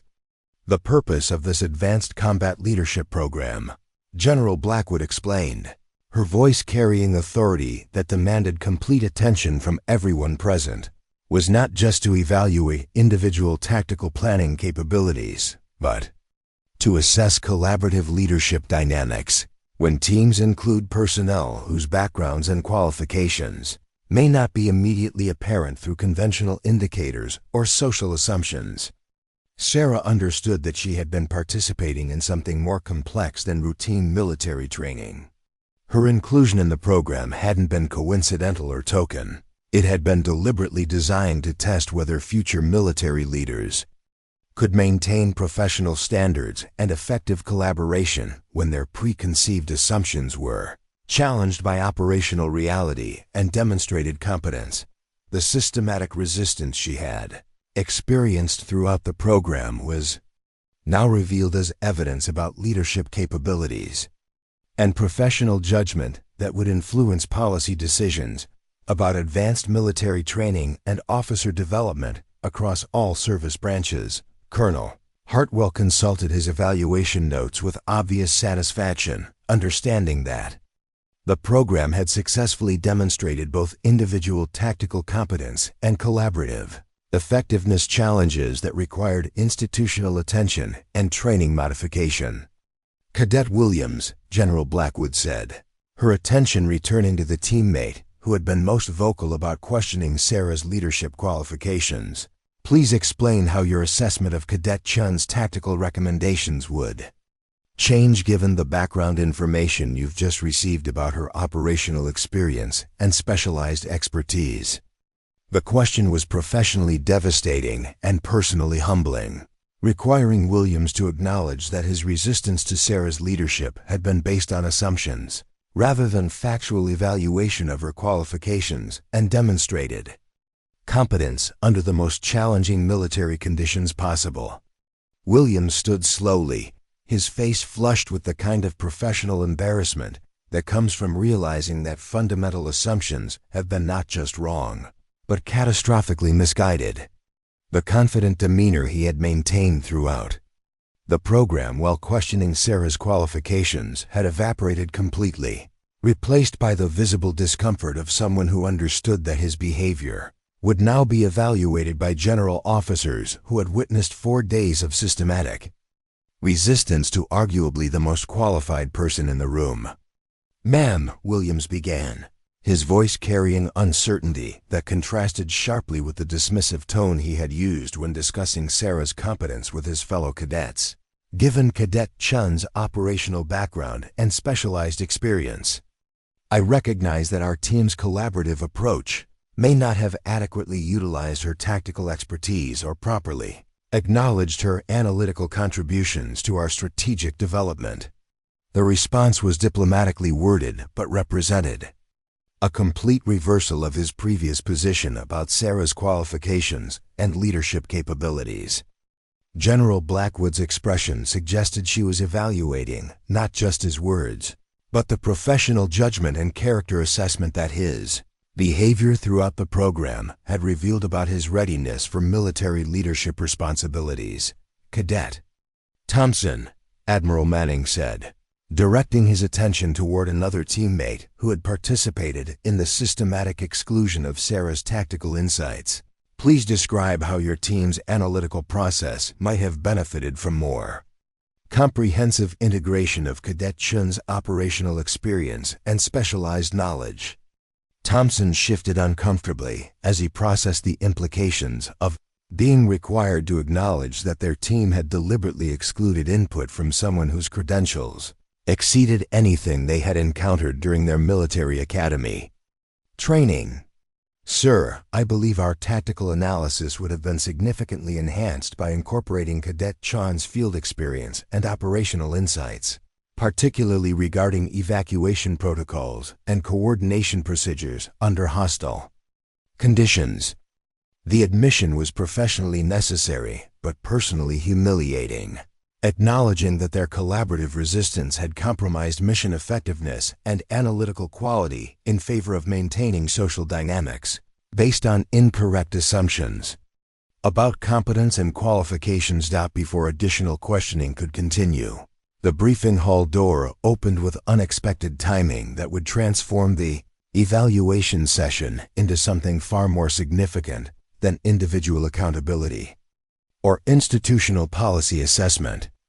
The entrance was quiet and unannounced, without the ceremonial protocol that typically accompanied visits from the highest levels of military command.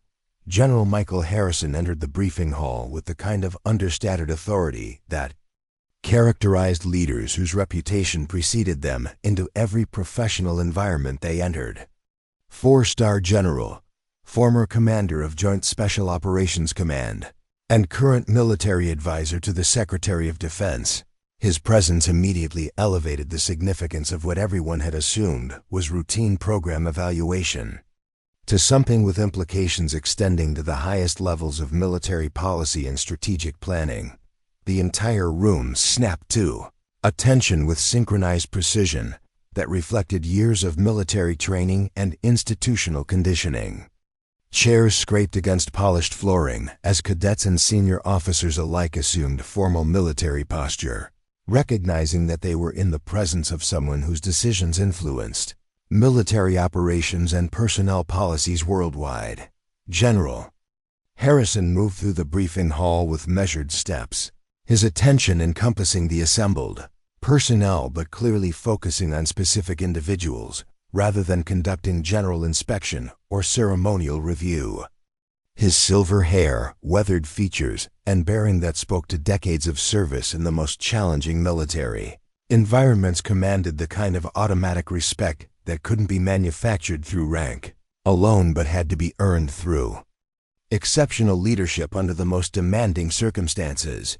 He walked past Colonel Hartwell, past the cadets who had questioned Sarah's qualifications throughout the program, past the senior officers who had been conducting formal evaluation sessions. His attention was clearly directed toward a specific destination rather than general acknowledgement of the assembled military personnel. General Harrison stopped directly in front of Sarah Chen, his movement deliberate and unmistakable in its purpose.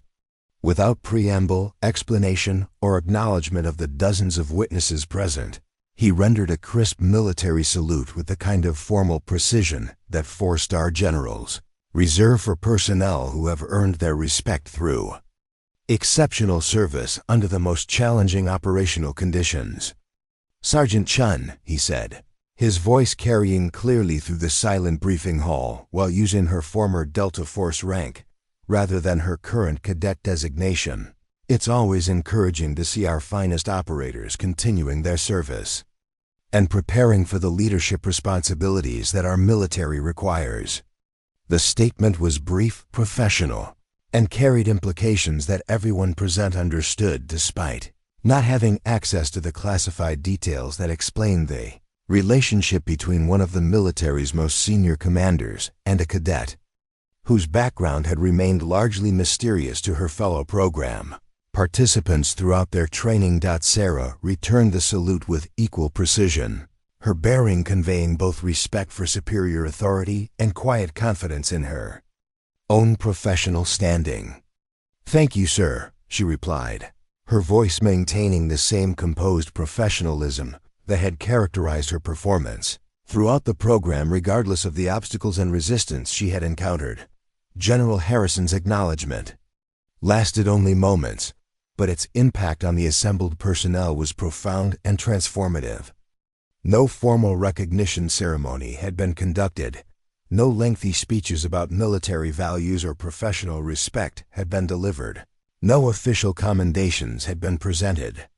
Just a single gesture that conveyed more authority and validation than any amount of documentation or academic evaluation could have provided.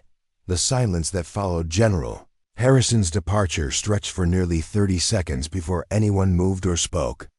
When conversations finally resumed, they carried a subdued quality that suggested everyone present understood they had witnessed something that required careful processing and respectful consideration of its implications for their understanding of military hierarchy, professional competence, and the complex dynamics that affected evaluation and recognition. Williams, who had been attempting to formulate responses to continued questioning about team dynamics, found that his intended explanations had become irrelevant in the face of recognition that operated at levels far above anything he could influence or understand.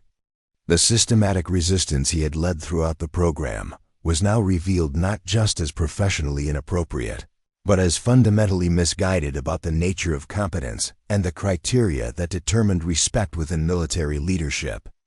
Structures. Thompson stared at Sarah with an expression that mixed professional respect with obvious bewilderment about how completely he had misjudged her background and qualifications.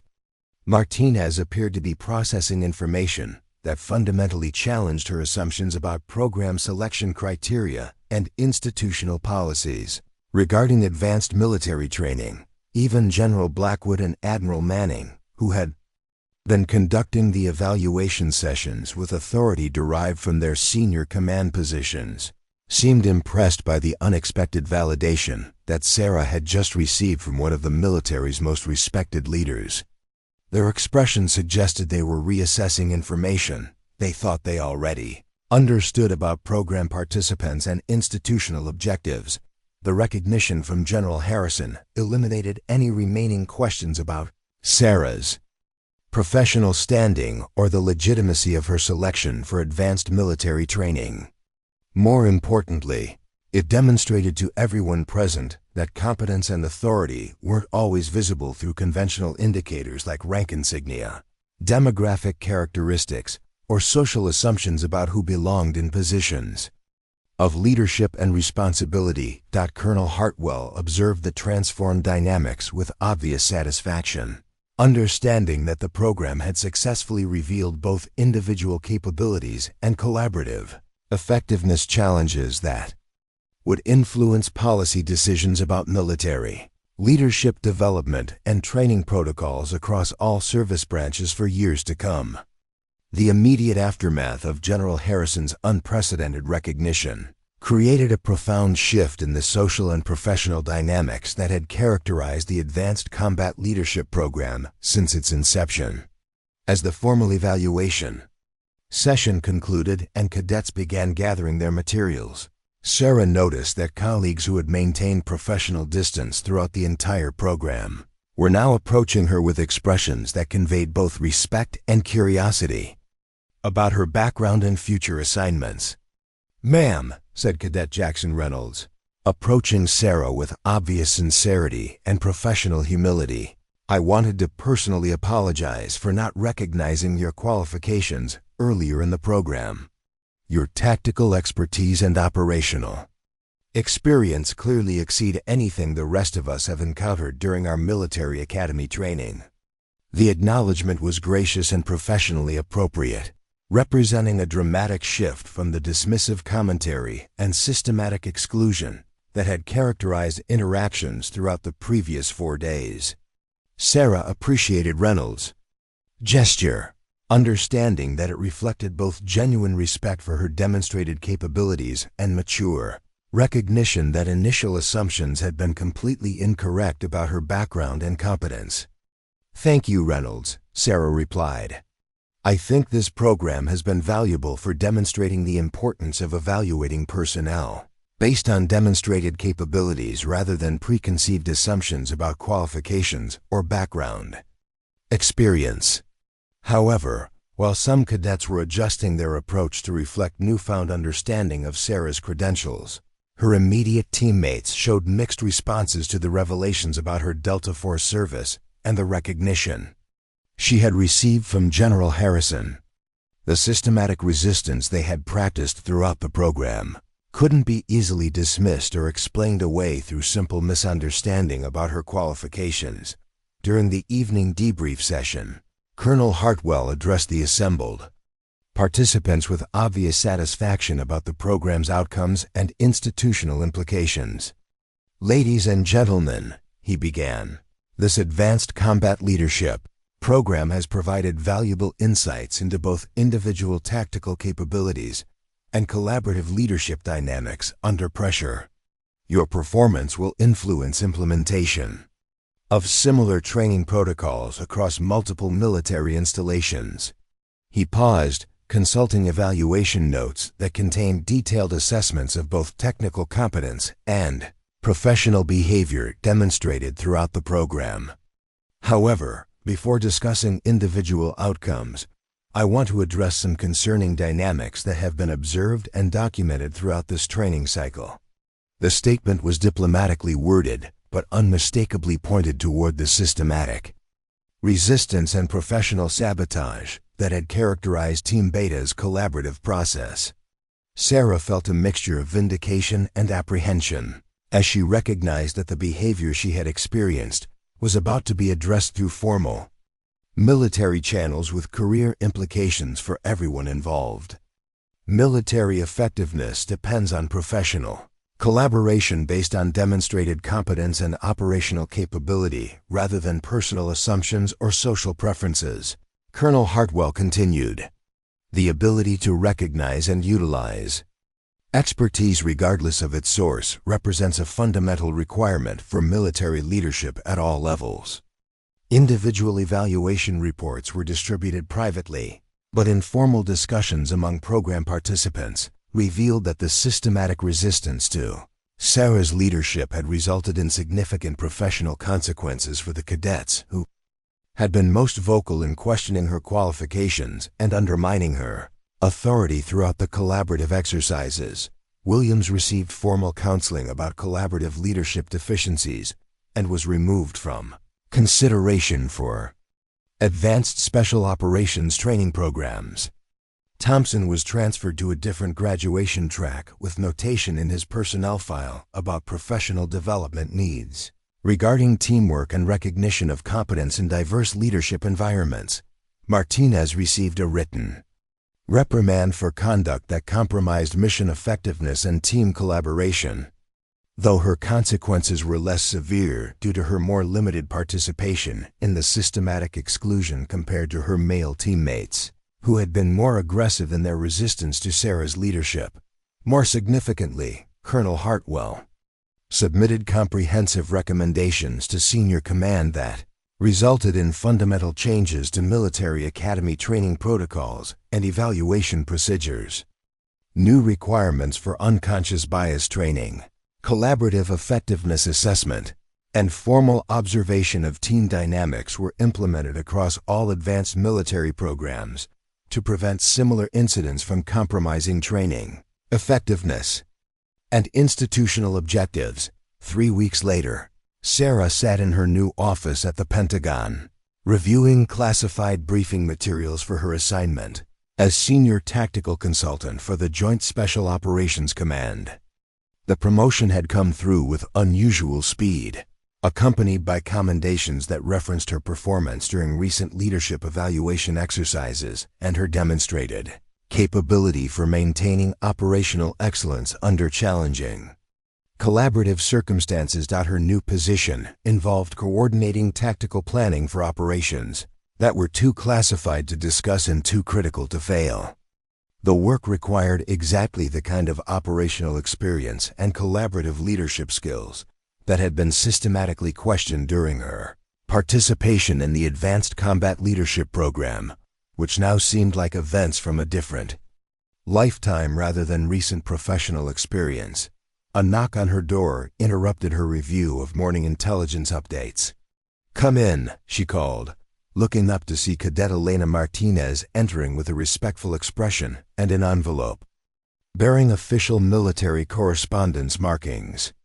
"Ma'am," Martinez began, her tone carrying the professional respect that should have characterized their interactions throughout the training program. "I wanted to personally deliver this letter and offer my sincere apologies for my behavior.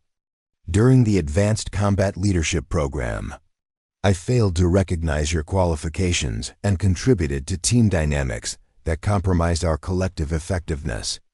The letter Martinez handed her contained a formal apology that acknowledged specific instances of professional misconduct and resistance to legitimate authority. More importantly, it demonstrated understanding of how individual assumptions and collaborative sabotage had affected mission success and violated fundamental military principles of teamwork and respect for demonstrated competence. Sarah read the letter carefully, appreciating both the personal courage it had required for Martinez to acknowledge her mistakes and the professional maturity demonstrated by accepting responsibility for behavior that had violated military standards of collaborative effectiveness and mutual respect. "I accept your apology," Sarah replied, "and I appreciate your recognition that our experience highlighted important challenges about evaluation criteria and collaborative dynamics that affect military effectiveness. Your willingness to learn from this situation demonstrates exactly the kind of professional growth that our military requires from future leaders." The conversation was brief but meaningful, representing closure on dynamics that had tested Sarah's professional resilience while providing evidence that institutional learning could result from even negative experiences when they were properly analyzed and addressed through appropriate training modifications and policy development. That afternoon, Sarah received notification that she had been selected to serve as military advisor for a congressional briefing about advanced military training effectiveness and collaborative leadership development. The assignment would require discussing her experience during the Advanced Combat Leadership Program as evidence about institutional best practices and policy recommendations for future training protocols. The opportunity represented recognition that her experience had contributed to military learning and policy development, extending far beyond individual career advancement to institutional improvements that would benefit future military personnel facing similar challenges in collaborative environments where competence needed to be recognized regardless of conventional indicators or social assumptions.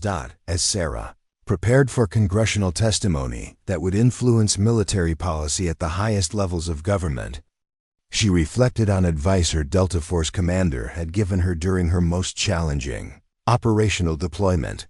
The goal isn't to change everyone's assumptions overnight. The goal is to perform so professionally that competence becomes undeniable and contributes to institutional improvements that benefit everyone who serves after you. The recognition from General Harrison had been personally meaningful, but the real victory was institutional. Systematic changes to training protocols that would prevent future military personnel from experiencing the kind of professional sabotage that had characterized her participation in the Advanced Combat Leadership Program. 6 months after the Advanced Combat Leadership Program concluded, Sarah stood before a joint session of the House and Senate Armed Services Committees, wearing her dress uniform with ribbons that told a story of exceptional service across multiple classified operations. The congressional hearing room was filled with representatives, senators, senior military officials, and policy analysts who would use her testimony to influence defense appropriations and training protocols across all branches of the military. "Sergeant Chen," said Congresswoman Patricia Williams, the chairwoman of the House Armed Services Subcommittee on Military Personnel, "your experience during the Advanced Combat Leadership Program has been cited as evidence for significant policy recommendations regarding military training effectiveness and collaborative leadership development. Can you describe how institutional bias affected operational planning and mission effectiveness during your participation?" The question was carefully worded to focus on systemic issues rather than individual accountability, though Sarah understood that her testimony would influence policy decisions affecting thousands of military personnel and billions of dollars in training investments. Her response would contribute to congressional understanding of how unconscious assumptions could compromise military effectiveness and national security objectives. "Ma'am," Sarah began, her voice carrying the calm authority that had characterized her performance throughout her military career. "The Advanced Combat Leadership Program revealed that even highly qualified military personnel can allow personal assumptions to override professional evaluation of demonstrated competence and operational capability. When collaborative effectiveness is compromised by bias rather than focused on mission success, military readiness suffers at every level." Her testimony continued for nearly 2 hours, covering topics that ranged from tactical planning effectiveness to institutional policy recommendations for preventing similar incidents across military training programs. Sarah's presentation was thorough, professional, and focused on operational implications rather than personal experiences, though the underlying narrative of systematic resistance and eventual vindication provided compelling evidence for congressional policymakers. The modifications implemented following the Advanced Combat Leadership Program, Sarah explained, including unconscious bias training, formal observation protocols, and evaluation criteria focused on collaborative effectiveness, have resulted in measurable improvements in training outcomes and participant satisfaction across multiple military installations. Congressional questioning revealed that Sarah's experience had become a case study used throughout military academy curricula and officer training programs. The systematic resistance she had encountered was now taught as an example of how individual assumptions could compromise team effectiveness and mission success, while her professional resilience was highlighted as a model for maintaining standards under challenging circumstances. Following her congressional testimony, Sarah returned to her Pentagon office to find a message requesting her presence at an unexpected meeting that would provide closure on the most challenging professional experience of her military career. The request came from General Michael Harrison's office and suggested that the 4-star general who had provided such meaningful recognition during the Advanced Combat Leadership Program wanted to discuss her ongoing contributions to military policy development. General Harrison's office reflected decades of military service spanning multiple continents and operational environments. Photographs on his walls showed him with presidents, foreign military leaders, and special operations personnel in locations that couldn't be publicly identified due to security classifications. His desk contained intelligence briefings and policy documents that influenced military operations worldwide. "Sergeant Chen," General Harrison began, his tone carrying the respect that had characterized their brief interaction during the Advanced Combat Leadership Program. "Your testimony before Congress this morning provided exactly the kind of institutional analysis that our military requires for continued effectiveness and improvement. Your experience has contributed to policy changes that will benefit military personnel for generations." The meeting lasted nearly an hour, covering topics that included Sarah's future career trajectory, ongoing policy development projects, and potential assignments that would utilize her unique combination of operational experience and institutional insight. General Harrison's assessment of her contributions extended far beyond the Advanced Combat Leadership Program to encompass her overall potential for strategic leadership and military policy development. "The most significant outcome of your experience," General Harrison explained, "isn't just the individual recognition you received or the consequences faced by personnel who failed to maintain professional standards. The most important result is institutional learning that has already prevented similar incidents across dozens of training programs and will continue to improve military effectiveness indefinitely." Sarah's story had become part of military institutional memory, serving as evidence that operational excellence required organizations to evaluate personnel based on demonstrated competence rather than preconceived assumptions. Training materials developed from her experience were being used across all service branches to improve collaborative effectiveness and prevent bias from compromising mission success. The Advanced Combat Leadership Program itself had been completely restructured, based on recommendations generated from analysis of the dynamics Sarah had experienced. New protocols ensured that participant backgrounds were properly communicated to prevent systematic exclusion, while formal observation procedures identified and addressed problematic team dynamics before they could compromise training effectiveness. Most importantly, evaluation criteria had been modified to assess not just individual technical competence, but collaborative leadership capabilities and professional judgment in diverse team environments. Military personnel were now trained to recognize that competence could manifest in unexpected ways and that effective leadership required utilizing expertise regardless of its source or conventional indicators. As Sarah prepared to leave General Harrison's office, she reflected on the complex journey that had brought her from systematic professional dismissal to congressional policy, consultation, and strategic military planning. The transformation represented more than personal vindication. It demonstrated institutional capacity for learning and improvement when organizations prioritized mission effectiveness over individual assumptions and social preferences. "The quiet work continues," General Harrison said as their meeting concluded, referencing advice Sarah had received during her Delta Force service about maintaining professional standards, regardless of external circumstances. "Your contributions to military effectiveness extend far beyond any single assignment or recognition. You've helped make our entire institution more capable of recognizing and utilizing the competence that our national security depends upon." That evening, Sarah returned to her Arlington apartment, carrying with her the satisfaction that came from knowing she had not only survived a test of professional resilience, but had contributed to changes that would make the military more effective. For everyone who served with commitment to excellence and institutional improvement, her experience at the Advanced Combat Leadership Program had tested her capabilities in ways that combat deployments never had, challenging her to maintain professional standards while others questioned her basic qualifications and systematically undermined her authority.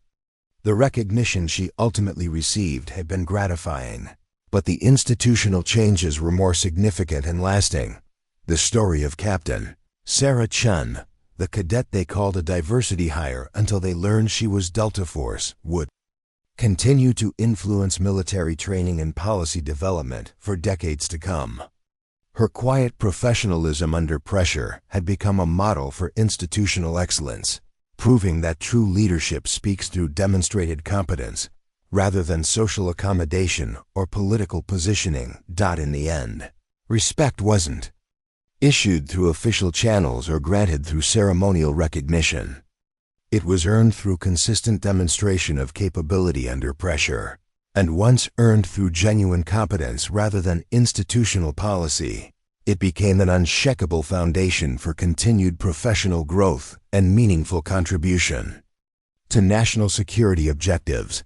The quiet work continued, and Sarah Chen was exactly where she belonged, making everything else possible through competence, professionalism, and the kind of authentic leadership that changed institutions through action rather than rhetoric. Her story would inspire future military personnel facing similar challenges, proving that excellence ultimately prevails when individuals maintain their standards, regardless of the obstacles others create. Up next, you've got two more standout stories right on your screen. If this one hit the mark, you won't want to pass these up. Just click and check them out. And don't forget to subscribe and turn on the notification bell so you don't miss any upload from us.